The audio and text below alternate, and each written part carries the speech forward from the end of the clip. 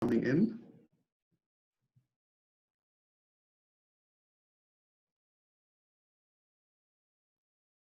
Okay.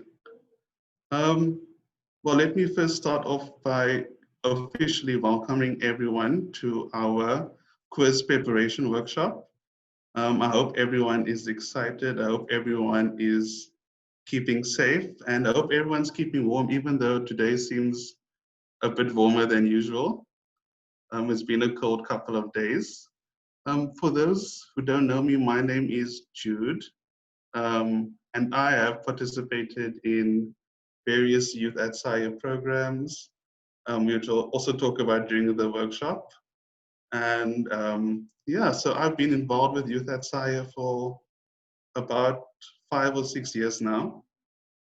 So I've experienced a lot of the programs and experienced all the joys of it. And I'm also part of the quiz committee for this year. And other members of the quiz committee are also present in this workshop. So we have Pippa as well. Can Pippa say hi? There we go. That's Pippa. Pippa is coordinator at SAIIA, Western Cape. And then also who are presenting the second part of our workshop is Caleb K. Caleb K, do you want to say hi? Hey everyone, it's Caleb K speaking. Thanks, Caleb. Caleb will be talking about preparing for the quiz and giving some tips on how to go about doing that.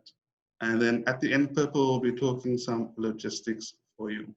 Okay, but before we get started with the workshop, I just want to play a little game. It's a game called Zoomed In. So what's gonna happen is I want to show you a picture and it's gonna be really, really zoomed in. And I want you to try to guess what it is. Okay.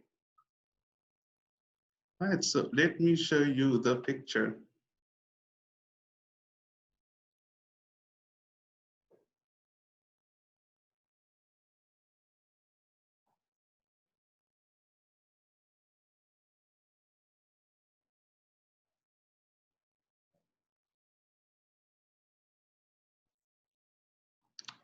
Okay. The picture's going live now. Okay, so what you're seeing is a zoomed in picture of something. And I want you to try to guess in the chat box what it is.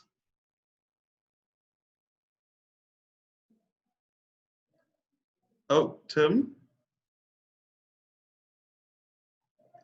You can chat? Oh my gosh. Oh, I think Mudir was the first person. That was so quick. I'm so impressed. Oh my gosh, it is the Brazilian flag. Good job, Munir. I can tell Munir is a football fan, because that's the only reason why someone could get it so quickly. But good job, India as well, who got it. Okay. I'm very, very impressed. Okay, let's go back to our workshop. I first want to take you through, and if you're joining us now, very, very welcome to you. We haven't officially started, we just played an icebreaker. Oops. Okay, so this is the program for today's workshop.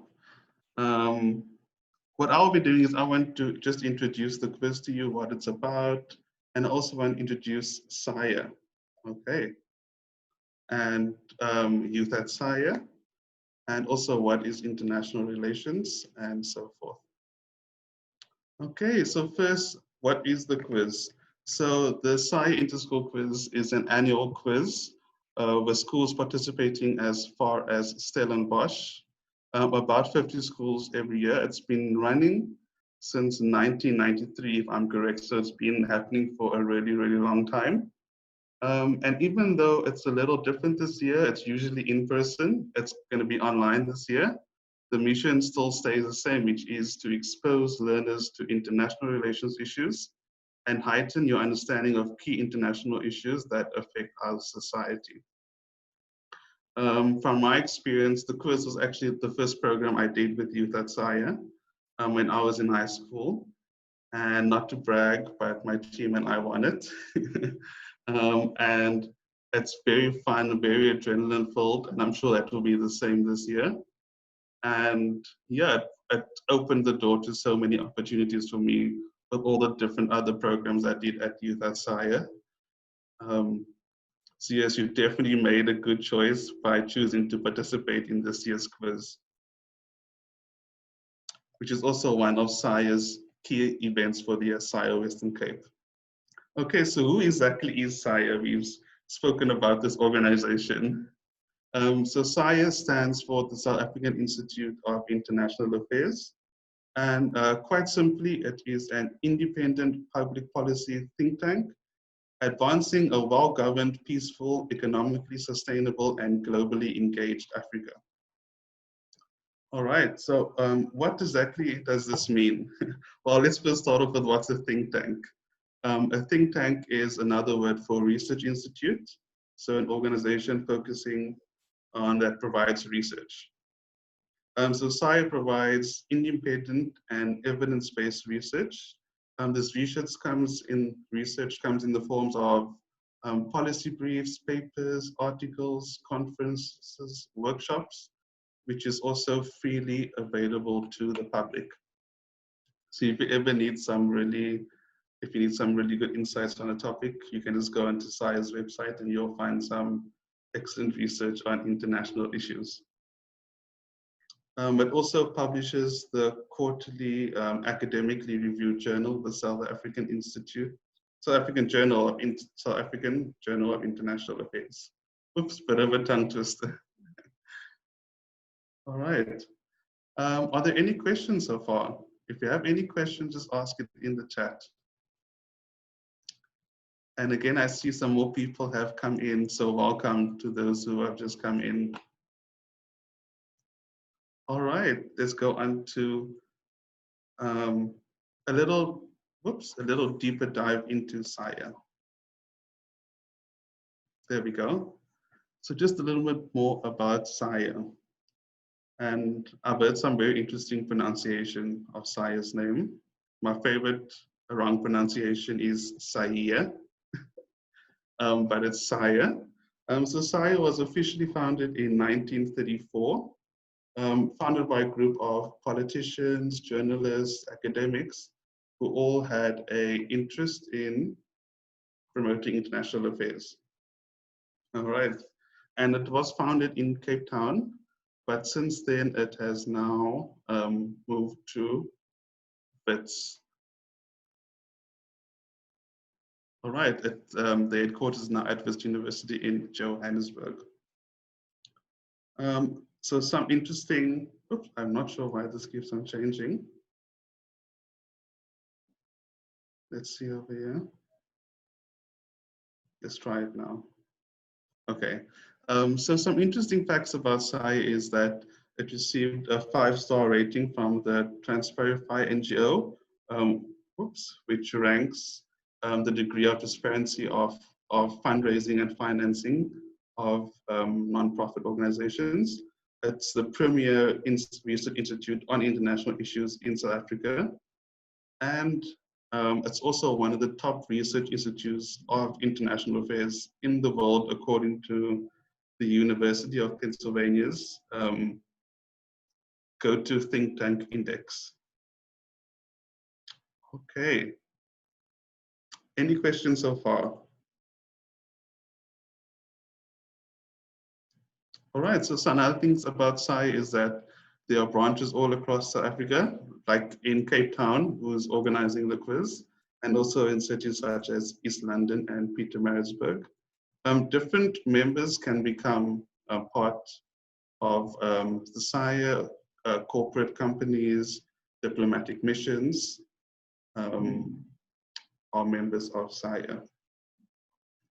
So one of the things that SAIIA does is some really cool speaking events.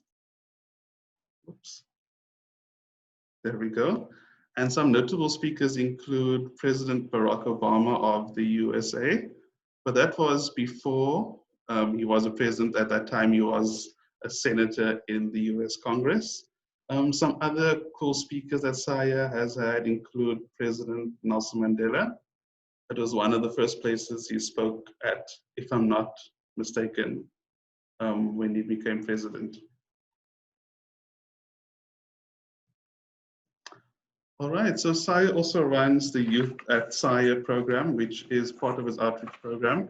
And basically, Youth at SAIIA seeks to equip young people with the skills to become future researchers and also to become amazing young leaders.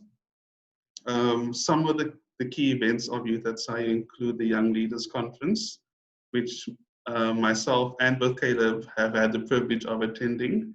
And at this conference, you negotiate for about 5 days, and you negotiate to form a document which is actually presented to government officials. So yeah, it's a great platform to learn negotiation skills, to meet people from all over Africa actually, and to actually contribute to making change. Another cool program with Youth at SAIIA is the Youth Policy Committee. So quite similar to the Young Leaders Conference, but except it's an ongoing committee of young people who also give input into various policy windows. So basically what that means is that there'll be maybe the government or an agency such as the UN would have a draft policy, and then young people like you can give your input into what you think of that policy. Right, so again, it's another amazing platform for you to get your voices heard and to learn about important international issues and local issues as well. There's also the Environmental Sustainability Project, when you research environmental issues in your community and you come up with solutions to that. So it's a really great program for those who are both interested in science and who are interested in the development of their communities.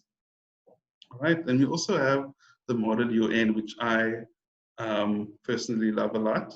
SAIIA actually hosts the largest Model UN in Southern Africa, which is held in Joburg every year.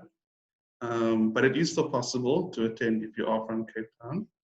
And basically, Model UN is when it's a simulation of actual negotiations at the UN. So you pretend to be a country and then you negotiate and conduct diplomacy on behalf of that country. So I find it very, very fun. And kind of similar to that is the model legislature, which some of you actually might have been involved in. There was one not so long ago, very similar to Model UN, but instead of simulating the UN, you simulate provincial parliaments of South Africa. Yeah, so Youth at SAIIA has a wide variety of programs that you can get involved in. And I'm sure you can just contact us if you're interested, if your school is interested in joining any of those programs. All right. Okay, so any questions?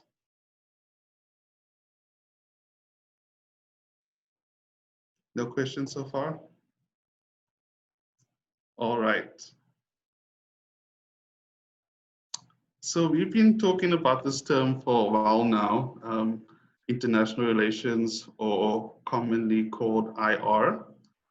So let's take a little deeper dive into it. So what is international relations? Simply, international relations is the study of the relations of states with each other and with international organizations and certain subnational entities. Essentially, it's an academic field that combines other academic disciplines such as politics, law, economics, even sociology, anthropology. So yeah, it's a very, very interesting academic discipline. But I don't want to ruin your future lectures for you. I'm sure many of you would want to go on and study international relations. It's a very, very fun path. So very theoretical, but I'm not going to talk about so much the theories, but I just want to talk about some key concepts that that underpin international relations, and that also might be useful for the quiz for you to know. Okay, so IR studies global issues, right? And global issues are any issues that transcend borders, that affect multiple countries, and that also requires the cooperation of multiple countries to solve. So some common global issues you can see are war and conflict, climate change, pandemics such as the one we're experiencing now, and economic development, right? So these are all international issues. It doesn't just affect one country. It doesn't affect, and it requires countries to cooperate together to actually solve them. So these are some of the issues that you will be seeing coming up as you prepare for the quiz. Yeah, some other common international issues are nuclear proliferation. So that's, nuclear weapons, human trafficking, drug trafficking, terrorism, human rights. These are all international issues, right?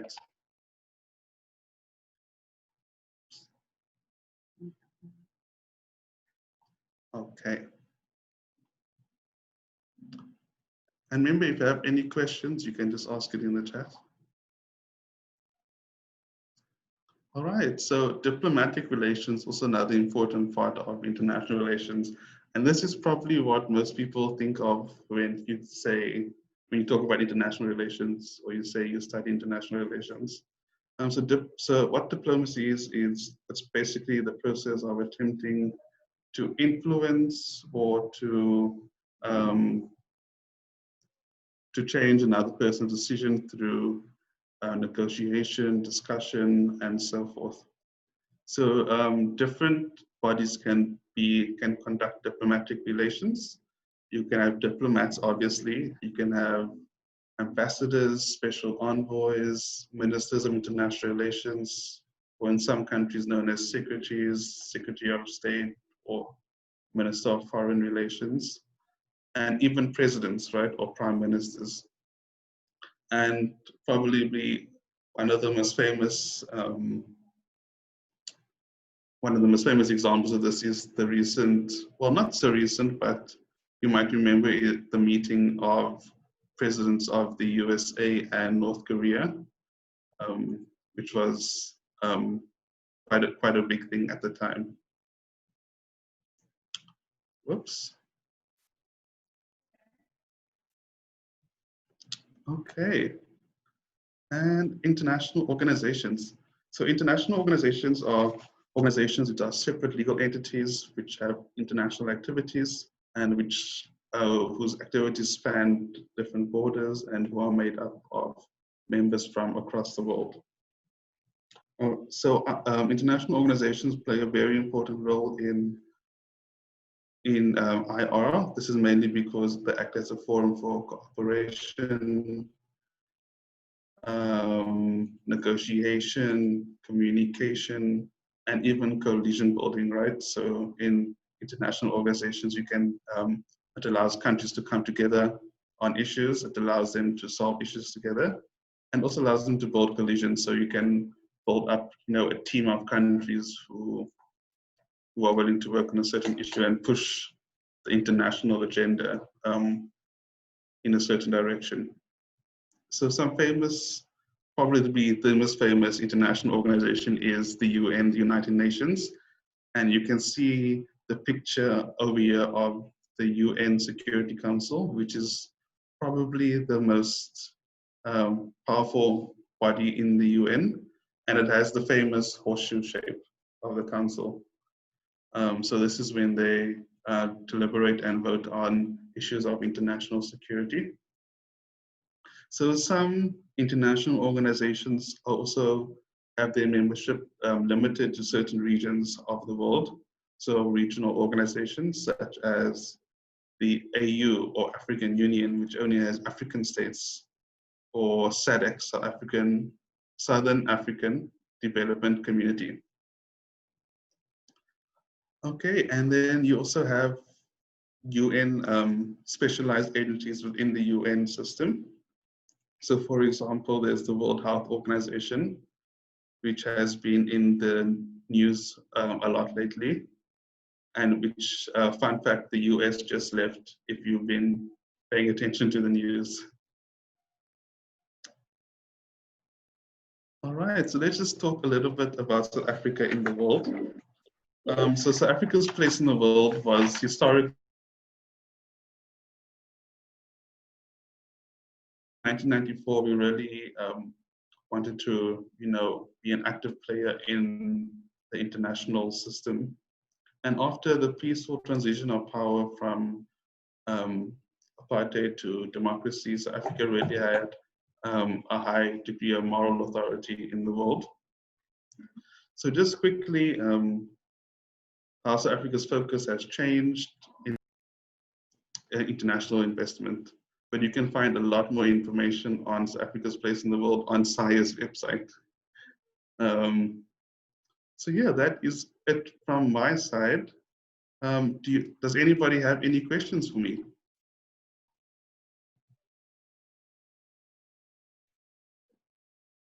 All right. All right, okay. Excellent. So I'm going to hand over to Caleb K, who will be taking you through preparing for the workshop. Thank you, guys. I'll still be here and I'll still be watching.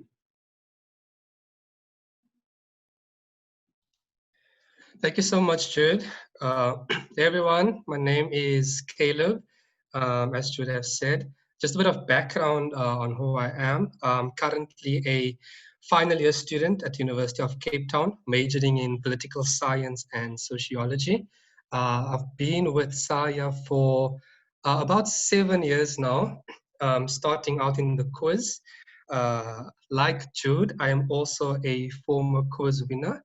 And ever since then, I've been a volunteer for Youth at SAIIA and attended quite a few of its events, most notably the event of the Young Leaders Conference, which is generally the event that most people, or at least most young leaders, look out for each year.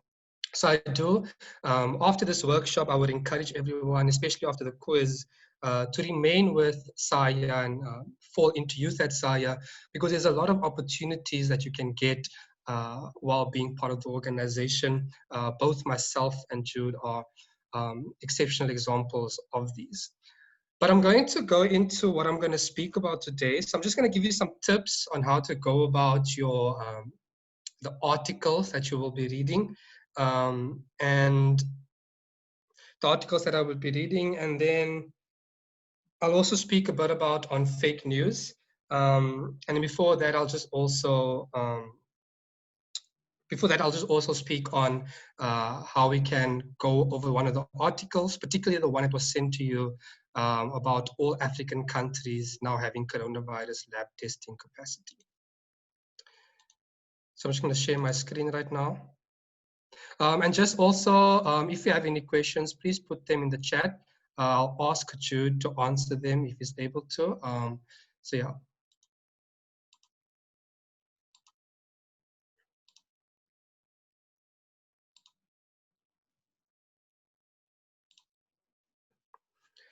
Okay.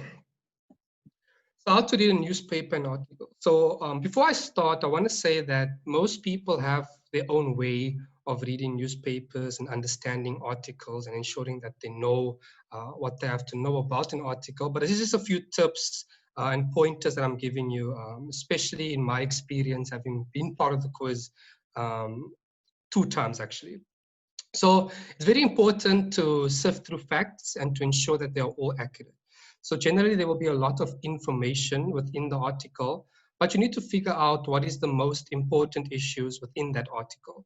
So generally issues that arise more than once, something that I've noticed within an article or in a couple of articles, have a higher chance of being tested. But of course, there's no set criteria, right? And one of the things that you want to look out for specifically are the names, the places, and the dates. These are very important, you know. But of course, the essence of the article also needs to be understood within its context, So one of the things that a lot of us used in the past is the 4 W's. So that is the who, the when, the what, and the why.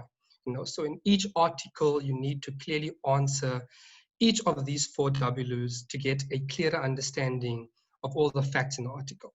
So just to give you a bit of insight on how this works, I'm going to go through one of the articles that was sent to you. Let me just share the screen.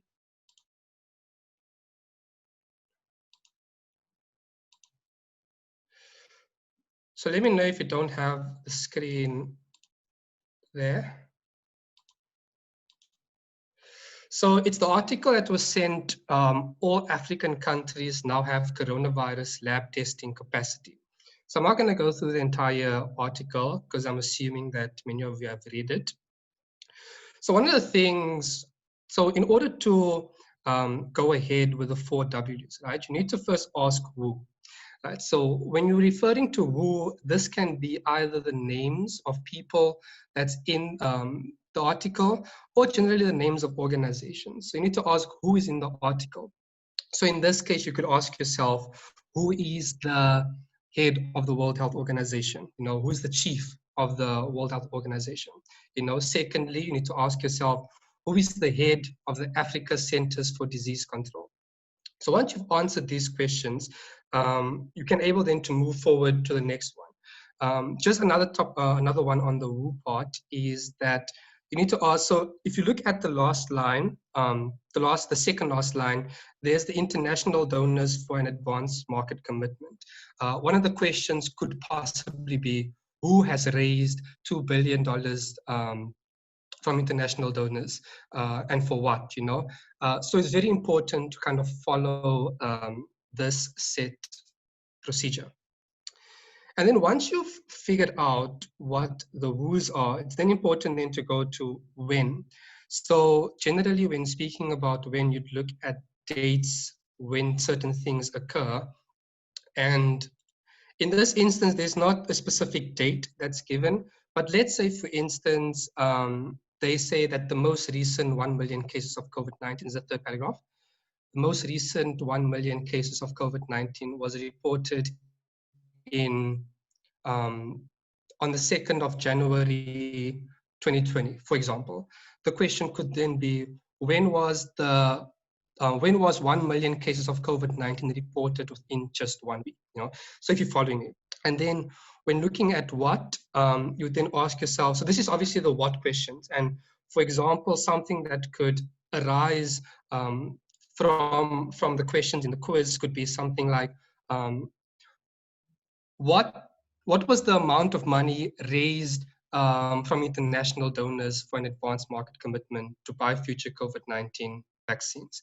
In this instance, I'm hoping everyone's following me. If I am going too fast, please say in the chat function. More than happy to slow down. I do have a tendency of speaking a bit too fast.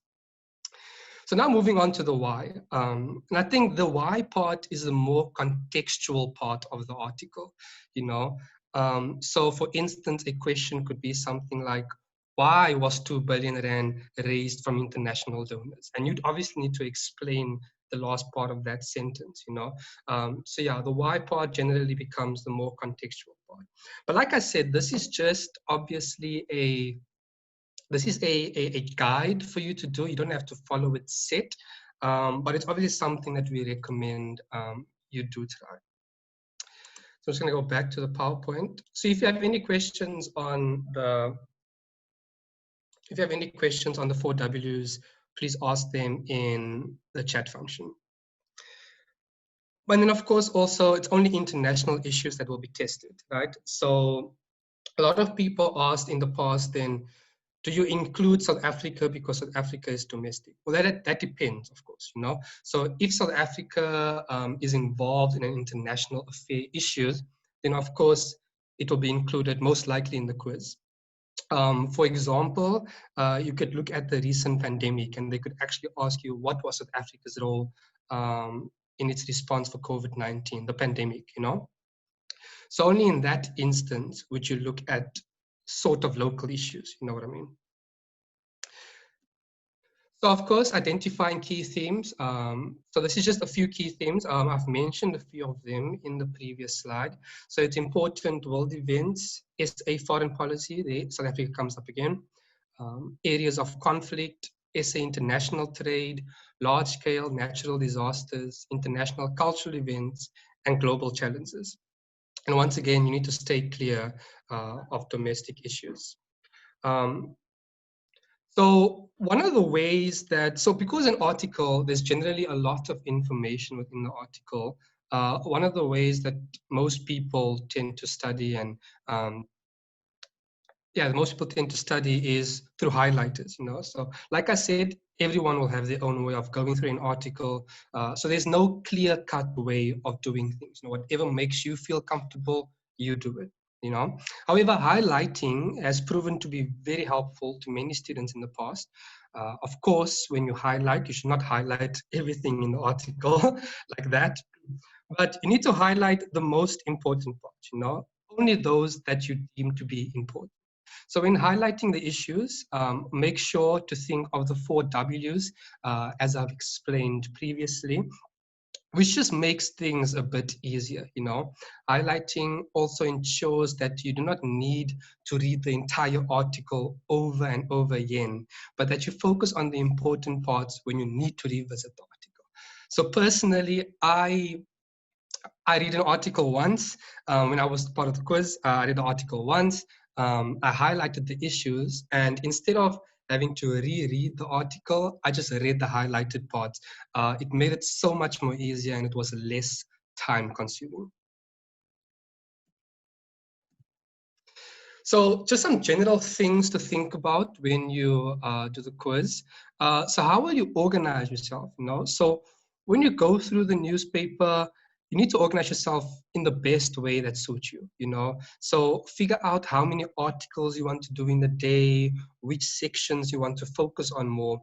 And you also need to assess what your strengths and weaknesses are. So like I said, you need to, so like I said before, personally, I highlight important things and I go over important aspects more than once, right? But others might have a more photographic memory than me, and you might just want to go through things without even highlighting. So once again, just do things that's more important, that's effective for you, that helps you understand the article contextually. So yeah. You also need to divide the work properly. You need to, like I said, you need to know what is important. Like I've said before, generally articles that appear more than once, they have a better chance of being tested in the quiz. So yeah, and also how do you plan on learning and remembering the information, like I've said before. But also most importantly, have fun, you know, enjoy the learning. There's one thing that I've taken away from being part of the quiz 2014, 2015 was that we had a lot of fun. If I'm not mistaken, this year you're doing it individually. Back then we had teams. And it was really good because you got to connect with people, you know. And in the process of learning, we were able to have fun while doing international relations. And it was actually then and there where I found my own love for international relations. So definitely don't just look at this from an academic perspective, but have fun while doing it. So this is just a skill sets part. So I just want to say the articles that SAIIA sends you will not be fake news. They have been checked by the organizers, but this is just some tips on identifying, you know, fake news. So fake news is information that cannot be verified and contain mistruths, you know. And some of the key things you need to look at when determining fake news. You need to ask yourself, do you know the person behind the presentation of the material? You know, are they anonymous or do they have the name of the author in the article? If there is a name, then is the person who wrote the article a credible person who is not writing an opinion piece, you know, to just throw their own agenda, but that instead the article is factual, you know? You need to ask yourself, does the organization have an about us? It's very important that the organization have an about us because from there, you can check whether or not, the organization have a good reputation, whether they are a reputable source, and the types of news that they've sent out in the past, Important, you need to look at the URL. Generally speaking, a lot of people can see whether a site is fake or not by looking at the URL. I've realized in the past the .gov, .edu, and the .org are generally reputable sources, However, this does not necessarily mean that others are not, and therefore it's important, obviously, to do your research on an article. And when doing your research, you need to check social media, LinkedIn, and other sites that can confirm whether or not a site actually delivers facts. I'm going to speak on a site that actually checks on facts just in a bit. So you also need to ask yourself, what is the content of the message? Is it an opinion piece? And what is it trying to relate? Is someone trying to push their own agenda and use their work as a propaganda tool? Or is the article actually well balanced and report facts? Can I find the same news in multiple places? Generally articles with the same facts from different news sites are quite reputable, and they have a good reputation of being factual. And you need to check the sources from the story and the expertise. You need to actually know whether or not people who are writing these articles, are they anonymous, or do they actually put themselves out there? And when they put themselves out there, what reputation do they hold? And then you need to, obviously, like I said, you need to say whether or not can you tell what motivated the creation of the message, essentially? So yeah. Lastly, a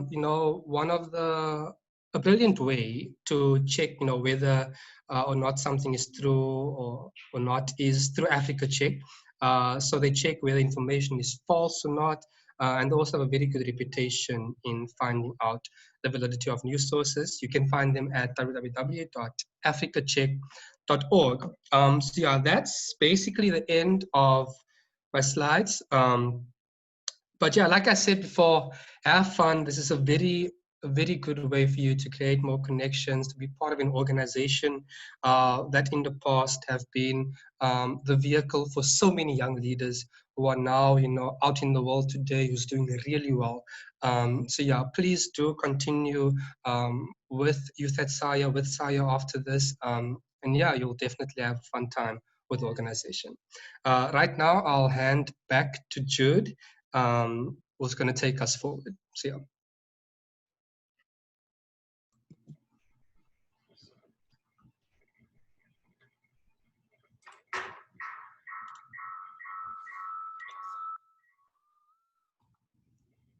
Hello, everyone.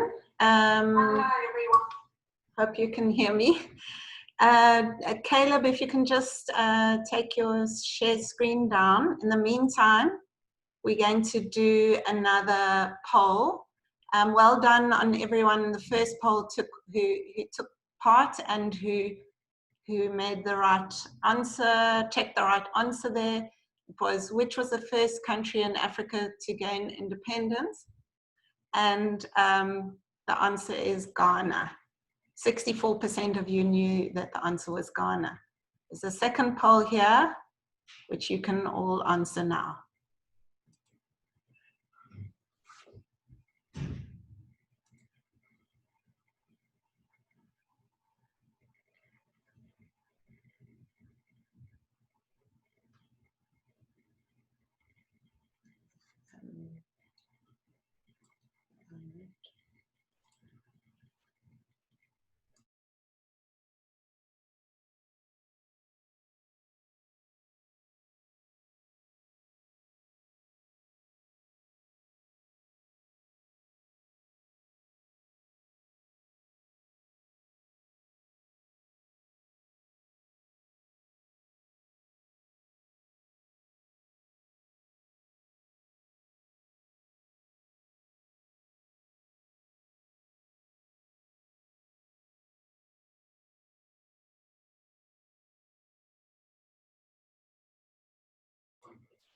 Okay, I'm giving everyone another few seconds to answer.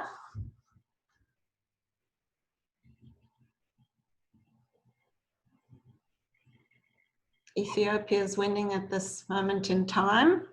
Doesn't mean it's the right answer.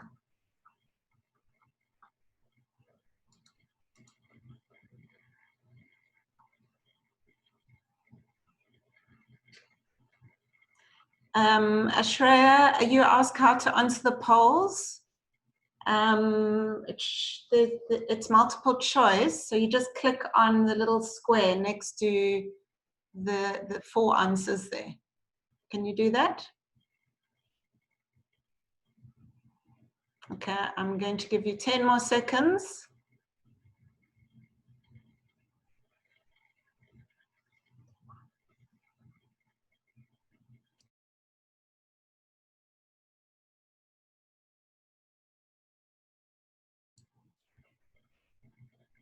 Okay, so I'm going to share the results with you. 63% of you knew the right answer, and that is Ethiopia. Well done. Okay, and the third poll or question, I hope Ashreya can see this. It's multiple choice. Which country is not part of SADC? I hope all of you know what SADC is. Southern African Development Community.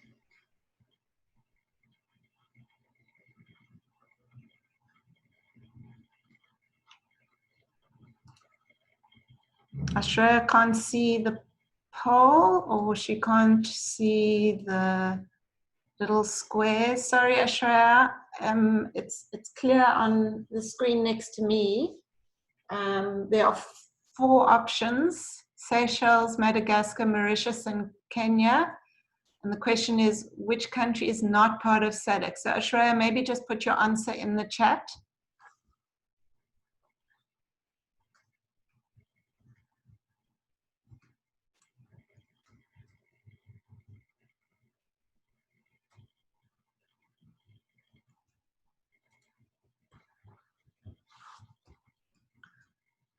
It's a bit of a tricky one, this one.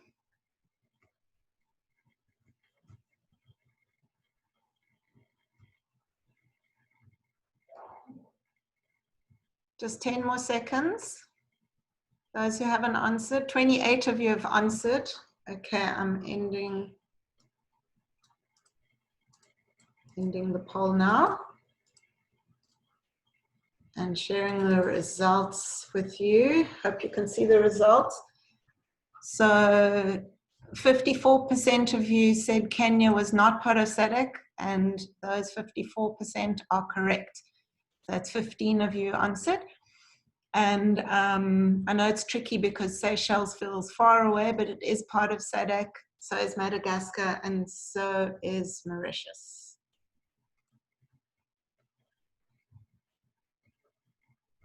Okay, I'm just going to share my screen quickly.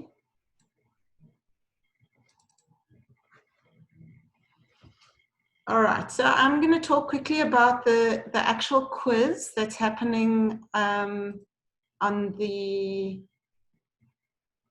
20th of August. Just going to get this going 1 second.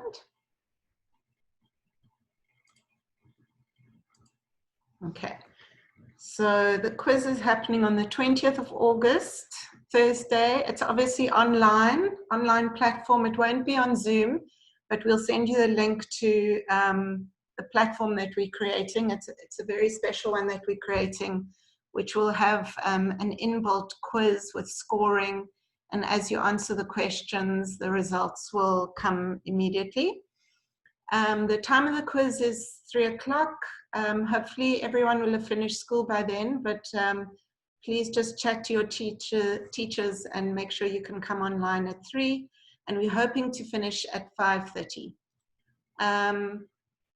Because it's an online quiz, it will be based on trust. So we can't 100% guarantee that we won't cheat, but we hope that you will keep your articles away from you and just see how you do, because that's really the aim of it, is to broaden your knowledge and to extend your knowledge. And you know, if you've got your articles open in front of you, then there's really no point. With this quiz, there won't be teams like we've always done. The learners will enter as a learner of the school, but as individuals. And we've said that there can be up to 8 learners per school, but actually I'm happy to extend that. If there are more learners that are very keen, the teachers can just let me know, or you can let me know. There won't be first, second and third prizes this year, but we will have goodie bags for everyone, which will be delivered to the school after your participation in the quiz. And there'll be spot prizes for some lucky ones. We will send newspaper articles closer to the date of the quiz. We'll give you about 10 days to read those articles. So it won't all come at once. We'll probably bunch them up and send them every 2-3 days. We'll send them on email and to your the learners' emails as well. So a lot of you already given me your email addresses, but I'll need them all.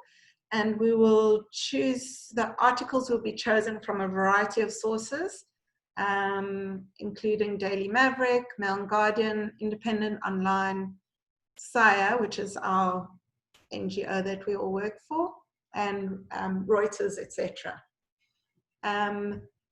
We will, the quiz is on international affairs, so the articles will be articles about international news that affects South Africa, or South African news that probably affects the whole world. Someone already asked in the chat about careers in international relations. We had a careers event last week, Friday this time, and there is one right now. Unfortunately, you won't be able to join because it's happening right now.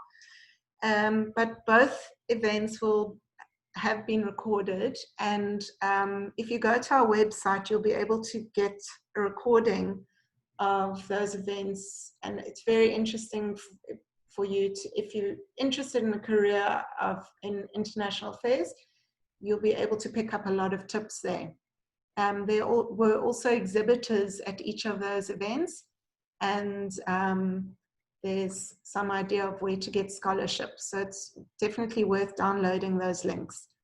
Also just want to remind you about our speakers events. If you're interested in international affairs, we have a lot of speakers events almost weekly. So please get onto our database and you'll be notified of those events. So here are some sample questions, which you can answer in the chat if you'd like to. These questions are based on the 3 articles that were sent to you, and it's kind of like a sample of how you'll be asked questions at the quiz. Unfortunately, these aren't live. You can't click on these like you did with the poll, but at the live quiz, it will be more like you saw in the poll, where you'd be able to answer the questions by just clicking A, B, C, or D. So in this case, if you can just type in your answer 1A or 1B or 1C or 1D. You don't need to write out the whole name, and just give me the answer. I'll give you a few seconds.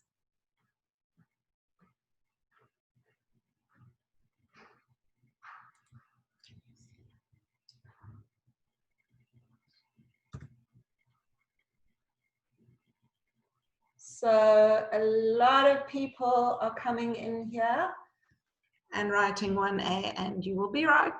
That was a very easy question. They're not going to be easy like that on the day of the quiz. Right, Martha? Okay, second question, also based on one of the articles that we sent you. What packages did China's president not announce that China will be doing for Africa to assist with the pandemic?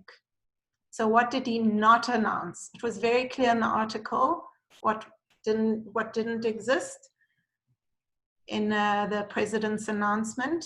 Let's see if you get the right answer.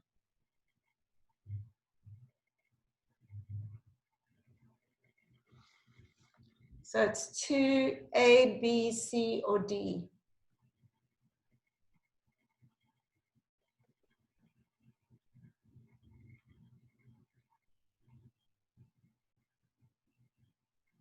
A few more seconds. On the day of the quiz, you'll be able to, you'll be given about 2 minutes to answer these questions. You won't be able to go back if you discover that you wrote the wrong answer for question 1, for instance. We're already on question 5. You won't be able to go back, but you'll be given quite a lot of time to answer each question. And I can see that there's been an array of answers, but the correct answer is that China did not announce how they would be helping Africa to overcome the economic impact of the pandemic. So the answer is 2C in this case. The third question, what was the name of the Chinese city where a sudden spike in COVID-19 infection spiraled into a campaign of discrimination against the city's large African population? 3A, B, C, or D? And if anyone knows how to pronounce these names correctly, you get extra points. Okay, so people are starting to answer.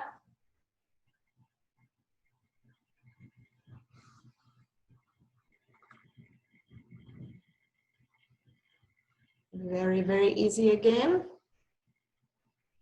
Some people are saying 3C, some people are saying 3A.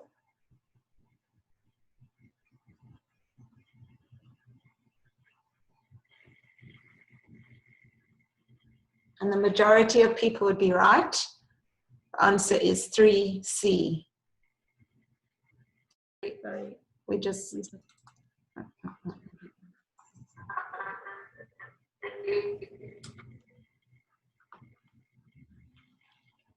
Sorry, we've got a problem with our screen sharing. Who is the current United States Secretary of State? Is it Madeleine Albright, Hillary Clinton, Mike Pompeo, or Stephen Miller?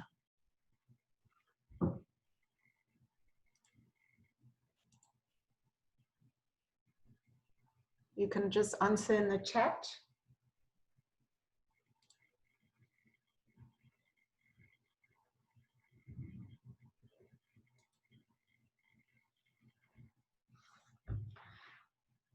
So you'll see that all the questions are based directly on the facts in the articles.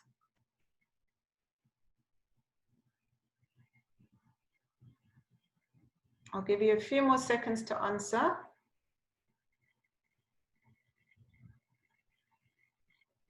And it seems like everyone's very clever today and everyone got the right answer. And the last one, what is the new legislation that is causing major political upheaval in Hong Kong recently? Sorry, one sec, going back there. You have a chance to read those possible answers.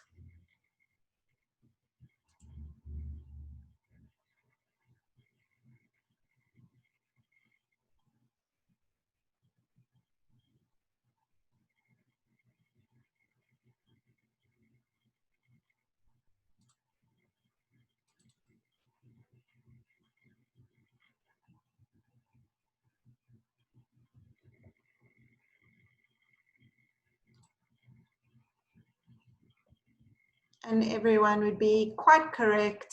It's a legislation relating to security, which can carry out surveillance and wiretap people suspected of endangering national security. Well done, everyone. So I'm just going to unshare my screen.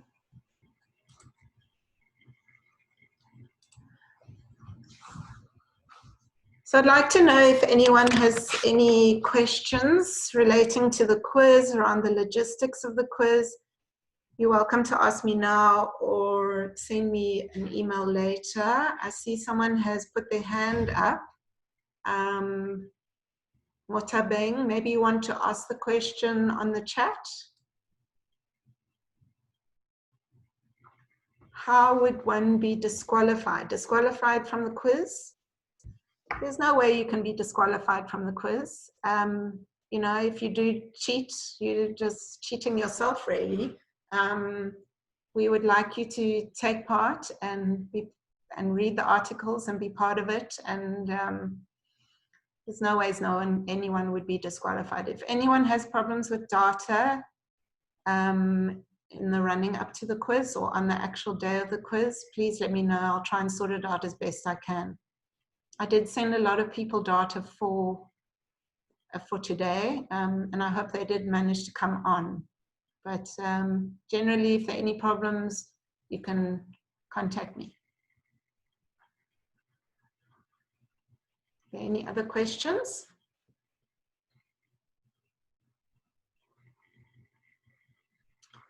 Someone wanted to know, Martha, how the questions will be submitted on the quiz platform. We will have a quiz master who will read the questions to you, but you'll also see them on your screen. So you can either listen to our quiz master read them, or you can read them yourself, and all the possible answers will be there, and you just merely click on the answer and the question will go away.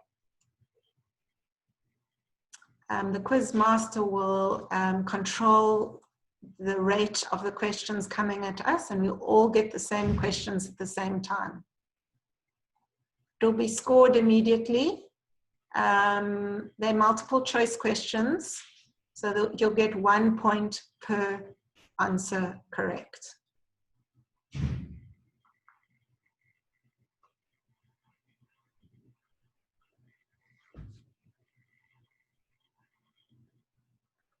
And yes, we will announce the top participants on the night.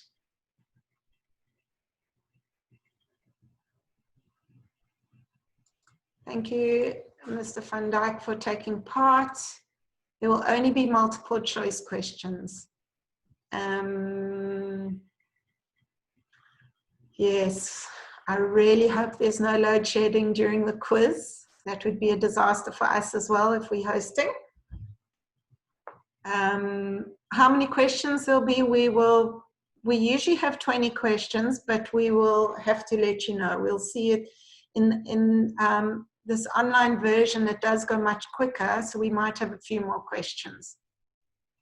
We're looking to give about 2 minutes for each question, but we'll also have to work that out closer to the time.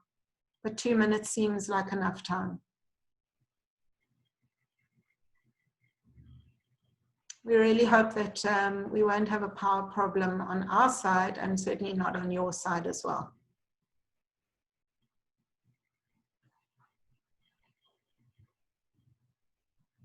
Any more questions? Any questions to Jude about international affairs? Will there be are there going to be those surprise questions? Yes, spot questions. We'll definitely have some spot questions and fun questions on the night. Victoria, which school are you from?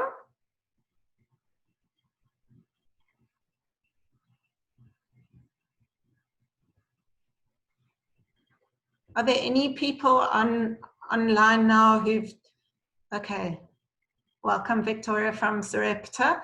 Any people online who've done the quizzes before?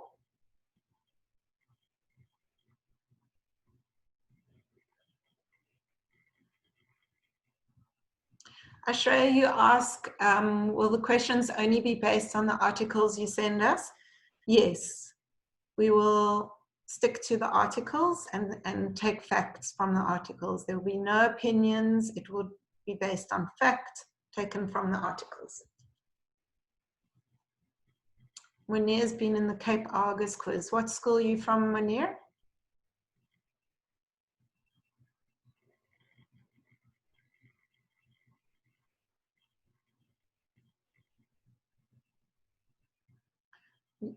Leah asks how many articles we will be getting. It sort of depends how many great articles are released in that time. So usually you get a newspaper a day, and the newspaper's got at least 10 articles that you can read in each newspaper on international affairs. We won't send you that many, but you can count on it around 3 articles a day.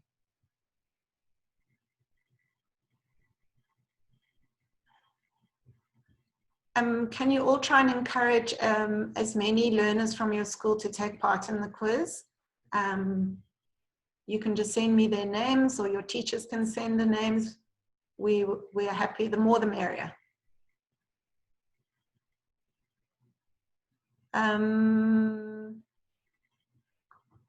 SAIIA asks, can someone who wants to join the meeting join right now?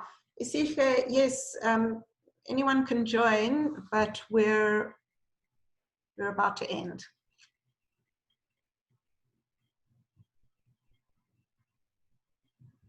Keegan, you asked, will all the articles be tested on the day? No, we might not test you on every article, but we'd like you to read every article.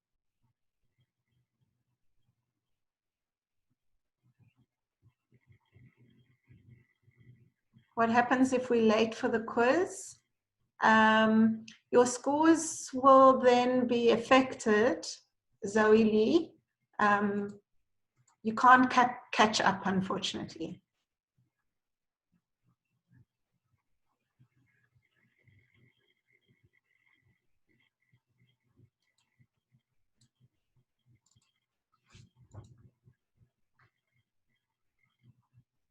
Any other questions?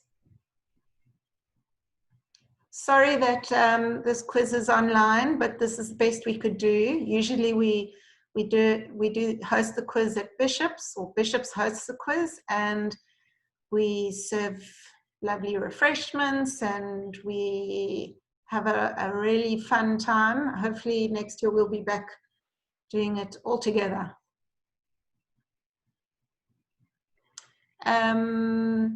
Bukosi asked about load shedding. Yes, sorry, if load shedding happens during the quiz and you miss some of the questions, it will affect your score.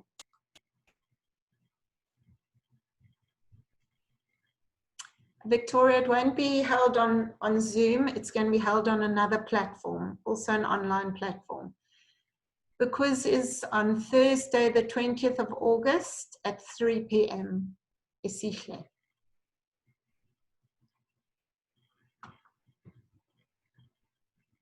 Couple of people raising their hands. Please feel free just to write in the chat.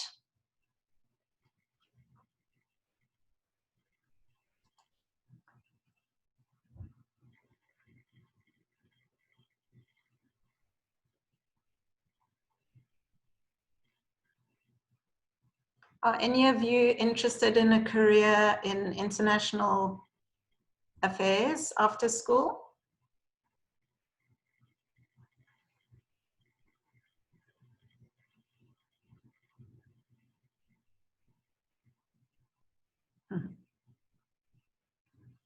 Keegan, I'm going to be sending you the articles, and those are the ones you need to read, and those are the ones that we might base the questions on. When will we be getting the next articles? I will let you all know. It will be happening 2 weeks before the quiz starts. So let me just get the date. Around about the 29th of July. So in about 10 days' time.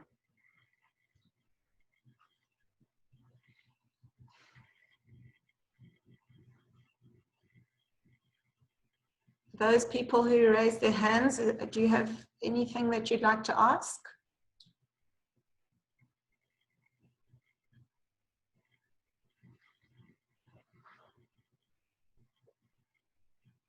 Okay, this session will also be available. We are recording it, so you can refer back to it or pass it on to your friends if they're interested or they missed it.